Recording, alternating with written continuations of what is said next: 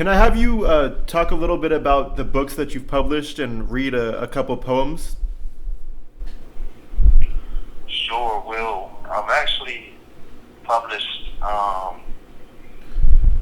books. I'll mention all of them that I can remember, and 2 of them are children's books. So what I'll do is I'll read 2 from this Writing Freedom Volume 3 and 1 from My Love Locked In, because those are the ones that I have here.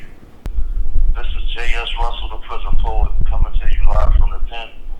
I'll be reading from a couple of my books. This one is from Writing Freedom Volume 3 by J.S. Russell, available on Amazon. It's titled Caution. Always knew there was rules, for real. Always knew that in these streets I could be killed. That's no matter if I was in them or not. Could be because I was on the wrong block. Could be because I came around the wrong clock. I did my best to move cautious. Some niggas talk that never scared shit. Shit. I felt the threat. Anxiety had me feeling nauseous, not knowing what I would do yet. But I knew Elaine wasn't going to experience no losses. They say the natural responses are fight or flight. I had to choose my battles. I ain't ashamed to say that I ducked some shit. Still, I can stand on the fact that I never tattled. I used to be high paranoid, riding around the complex to see if someone was following me. I hated the front of my apartment being glass. I could see, a nigga could see my apartment and squaddle me. I got back from the Bahamas expecting a burglary. These young niggas used to ask me for a lick, but that wasn't my shit. I respond, I'm a lick, try me and see what you get. I kept one in the head, there was no copying my shit. I refused to return living like that. Stress high, Grey Goose and ecstasy stayed high. That's how I dealt with the madness. After a day of moving small packages, buying and selling, wanting to be more than a convicted felon. UPS wouldn't even hire me and help me with my education. Trying to sell cars at 100% commission and entering the recession forced me into a familiar location. I slid back, relapsed. I just remember the swaggy nigga in DC jail talking about riding around with a eighth and a 380, so I figured I had to get it like that. I remember Rex saying that he had 20 stacks at 18. I had to do it like that. The woman that I bought my 300M from said that she needed a 10K cushion. I needed it like that. Unemployment taxes and stimulus package, Percocet, oxy, weed, water, crack got me my stacks. For a minute I felt like I was up until it all went bad. People I had around had people they had around. I was up, they were down. They wanted to be up and put me down, and that's how it all went down. I've been down for over 10 years now, a decade analyzing and correcting my mistakes, sufficient time to retrace my steps and contemplate everything I hate, time enough to practice habits that'll put me in another place. I always knew there was wolves. Now I'm going to stay my ass out of the woods. I'm prepared for greener pastures where it's all good. No more anxiety, stress, and fear. I wonder if it was meant for me to be here, while others like me are out there being gunned down by the wolves. Now that poem right there was pretty much describing the environment and the circumstances in which I was in before coming here. Like now where it's kind of a recession, gas high and everything like that. That's how it was around 2009, 2010 before, this crime. And so you can somewhat imagine by the things that I described, the level of stress, anxiety, how my nerves were being in the business that I was in. So some might understand how that could lead to a pretty much a high alert type of awareness. Some of the moves and stuff like that. Not to ever justify what I did, but it's definitely a high intense stress level, and something in which you always have to watch out for the guys that surround you and everything. I mean, it's tough. Black man always feeling like he in fear, police, robbers, guys that's around you never know where they stand sometimes when you're in that lifestyle. So that's one thing. This next poem that I'll be reading is called 13 Years from Out of Love Locked In, also available on Amazon. I have to switch it up a little bit. 13 years. That first paragraph of your letter, the last letter, invokes so much feeling. Emotion, memory, regret, time travel, remembering scary shit. I slept on it literally, under my pillow, figuratively, because it was a lie. Back then, I wasn't ready. I had not enough experience, understanding, foresight. It's tough now how things have your mind fixed, have you in your own way. Frankie and some of the older guys used to go with girls in our grade. It was unfair and I couldn't compete. Some had been my girlfriend. I vowed that I wouldn't do it like that. Ironically, most of my sexual experience was younger. I didn't go with them. Well, not then. You remember that time at your locker?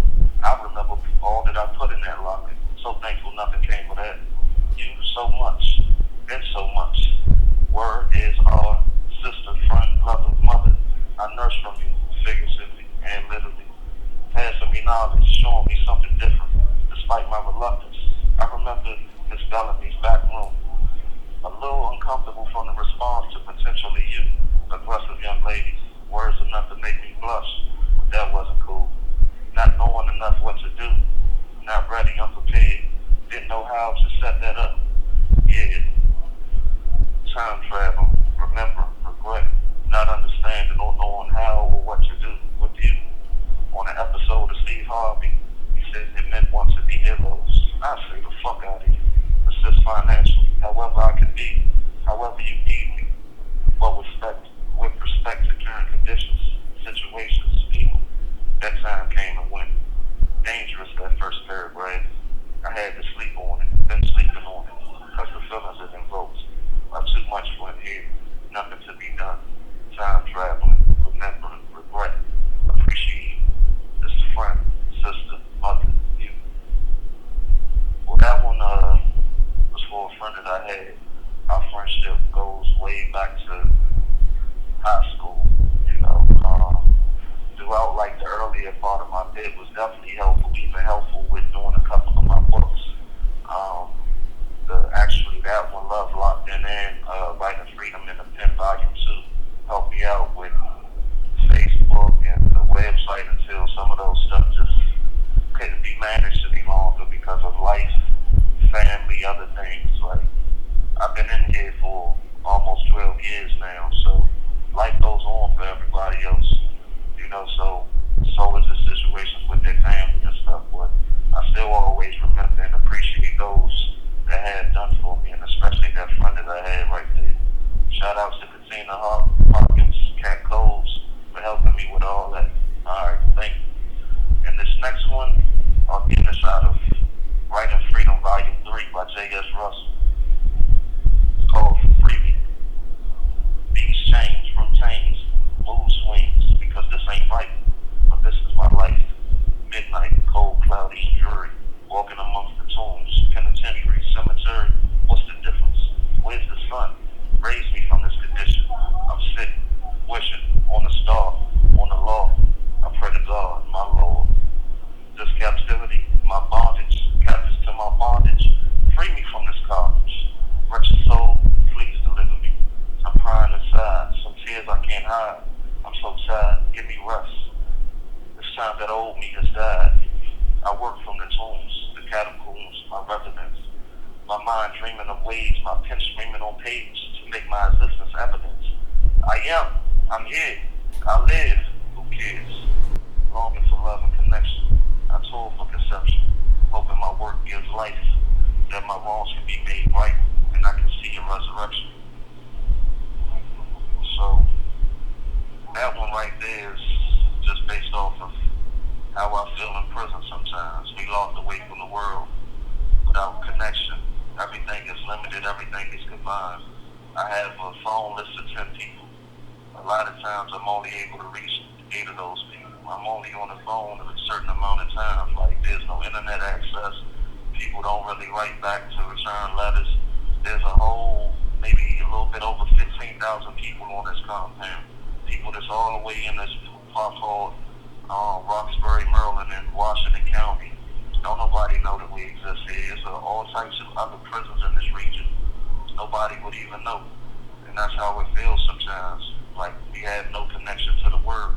Like this tier right here, with this 48 cells, you know, this is the world.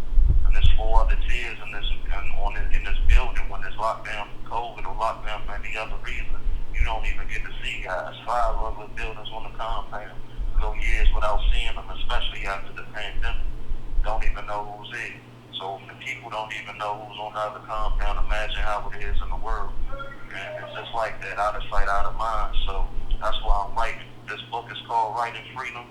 Most of my books, it started with Writing Freedom from Within the Pen. Then the next one was Writing Freedom in the Pen, Volume 2, Poems from a Prison Church, Love Locked In, J.S. Russell, the Prison Poet, Live from the Pen. This one, Writing Freedom, Volume 3, everything is Writing Freedom. Then there's the children's books, The Princess, the Dragon, and the Wizard, and the Golden Pumpkin, which my daughter has a co-author credit because she picked those characters. And then there's Malia's Daddy and the Magical Mashed Potatoes and Gravy. And that was my love story, kind of to make a connection for her while she was young. So all this time being in here, my daughter is grown into a young lady. She's a teenager now, and I can't even be present as a father. I do the best that I can, and that's all that I can for my age, because it's not going to stop. Like, the fight is going to continue, and I'm definitely resilient. You know, for the guys that I am dealing with, I'm in here with a group of brothers, behind the wall mentors. We're doing a lot of great things. Just had a bike drive out in Baltimore, the Park Heights area. Before that, it was an incarcerated authors event at Urban Reads. Shout out to Tia Hamilton, you know, State versus Us for hosting that, and Merle and Cure. And, you know, just trying to make sure that we're doing the right thing so that the young people don't repeat our mistakes. And also, everybody that I'm dealing with, great fathers. The brother AC Amen, the First Reform Self, Sean Gardner, you know, with Behind the Wall Mentors and IG Love. Brother Jacine Walls is with the Behind the Wall Mentors as well. You know, and we just want to keep on fighting until we're free so we can change the dynamic and the narrative with these young men, young women that came from situations like we had. So I'll be writing freedom. Anybody want to contact me, I'm in Roxbury, 18701 Roxbury Road, Hagerstown, Maryland, 21746. Jamar Russell. Mr. Dodge? Yeah, I'm still here. Okay. I was going to ask you if you had any other questions or anything else. I didn't know how you wanted that to go. Well, I did want to ask you, do you have any poetry written specifically about the hardships of being in prison, being away from your family? I had this one called 2020 Vision. And, well, let me look at the table of contents of this book right here. Because I'm constantly writing stuff, and I know I have some stuff that's not exactly here right now. So let me see if I can find 2020 Vision.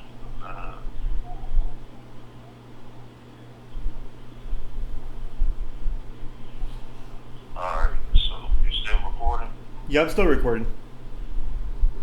Alright, so let me read 2020 Vision for you in a second, and maybe that could be something that can help you with that.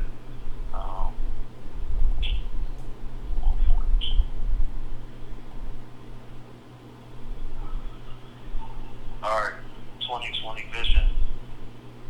This was written January 6, 2020. What I visualize. 2020 Vision. 2020 is perfect vision. So I'm visualizing things the way that I want them to be. DPS, CS has prohibited us from taking pictures. So it's up to me. I see myself free, able to be with my daughter in her early teens, helping her with her first job, teaching her to drive a car, helping her be legit with working driver's permit, seeing all that I want to exist, and having the freedom to take the pics. I envision seeing her away from prom, threatening some young man like Will Smith and Martin Lawrence. Ain't gonna be no fucking. Letting them know that her father used to be a bad boy, making her blush and embarrassed, but simultaneously sparking laughter and joy. My perfect vision has to make me see, because I'm no longer able to have pictures when visited by family. My perfect vision is where I'm happy, healthy, rich, and free, where I'm no longer deprived in a correctional facility. My perfect vision has to be crystallized so I can realize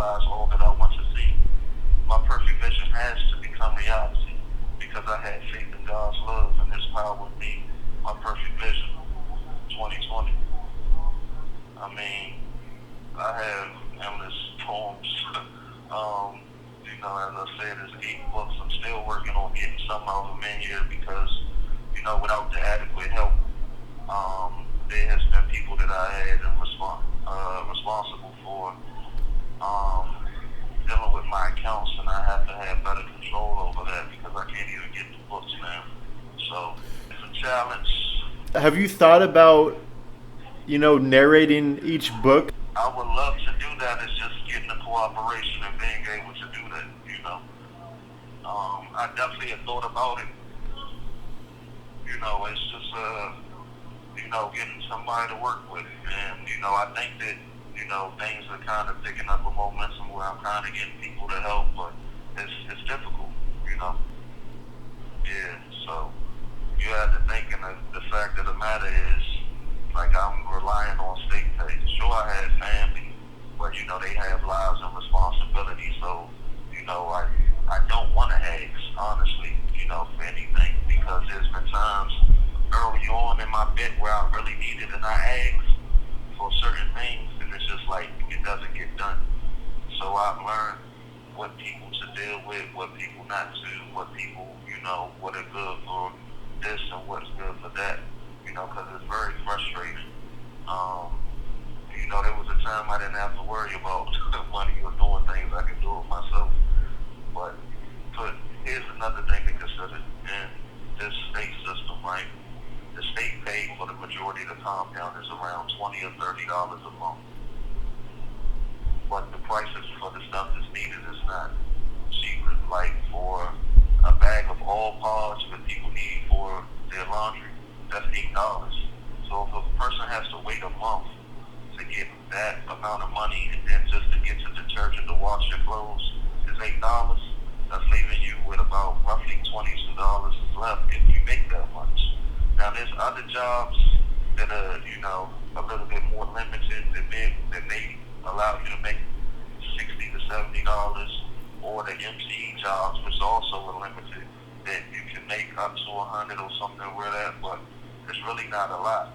So to get the other things outside of here, as far as hiring people or even to self-publish, because I've had to use services where I had to pay. KDP doesn't charge you to do this stuff, but if you want somebody outside of here to do it, then I have to do that. A lot of times, family may not even know how to do that.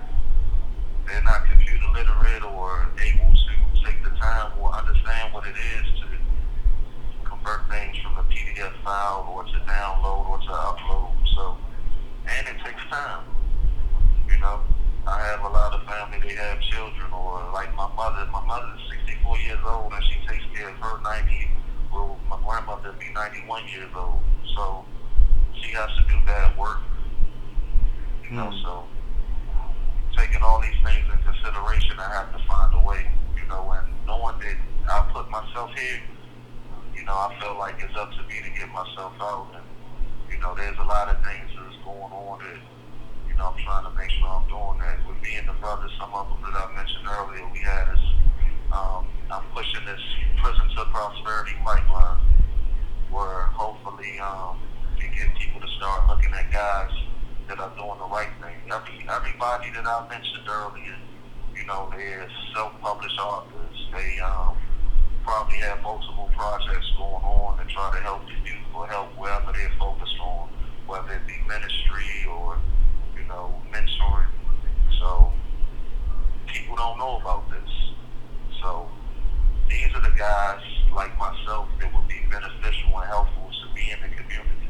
These are the guys in which they call change makers, because we've already done it on the compound. It's just right now the compound is closed. Like I normally would be in Youth Challenge, helping the young folks understand things with financial literacy, trying to give them read things, but without that, it's kind of tough. I have a whole population of people where a lot of them haven't even got their GPs, but folks expect for them to be ready to be prepared for outside once they get released, and that's just unrealistic. So I'm trying to do all that I can to make sure that there's a rehabilitation center. Sure, people say, well, they're criminals, they did this, they should suffer. We are. You can't get away from that. Like, you know, the food is terrible. You know, you gotta live in a small cell that's really made for only one person. But being a bunk with another man, you know what I'm saying? Not actually in the bed, but it's a bunk bed. You know, you sharing this small space. You know, it's constant noise, all of this stuff. Psychologically, it can break you down. So when they say that people coming from here have PTSD, that's probably real, because we also around here with people with mental disabilities and mental health issues that can't get addressed. They don't have enough staff for this. So you're around crazy people. I know for me, I go to psych because I gotta check in with the guy. Ask him like, look, am I crazy? You like, nah, you sane, but this place doesn't make you feel like that. So, you know, that's the push though. Because I mean, there's definitely some good men, a few good men in here that it definitely helps save some lives out there and change some things for the better. You know, it's, you know, it's one thing, you know, that the First Amendment protects that for us to be able to continue to write. It's the other thing of being a good steward what God has given me. So I have this ability and I'm going to use it to try to better my life. Yeah, sorry, somebody was talking about they helped me out with the laundry. that's what's happening here though. And you know, just making sure that I'm changing. I have recently read a quote in this brother Aaron Maven's book. It was called Getting on Quote. You have 60 seconds remaining. And he was quoting Malcolm X. He was like, it's not as, and I'm paraphrasing, he was like, it's not so bad to have been a criminal.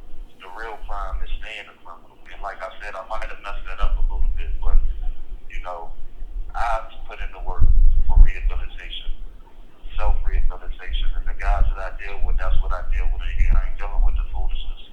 And that's what we're going for. We just going to keep on building men and try to help. You have 30 seconds remaining. Yeah, so, Right. thank you for this opportunity.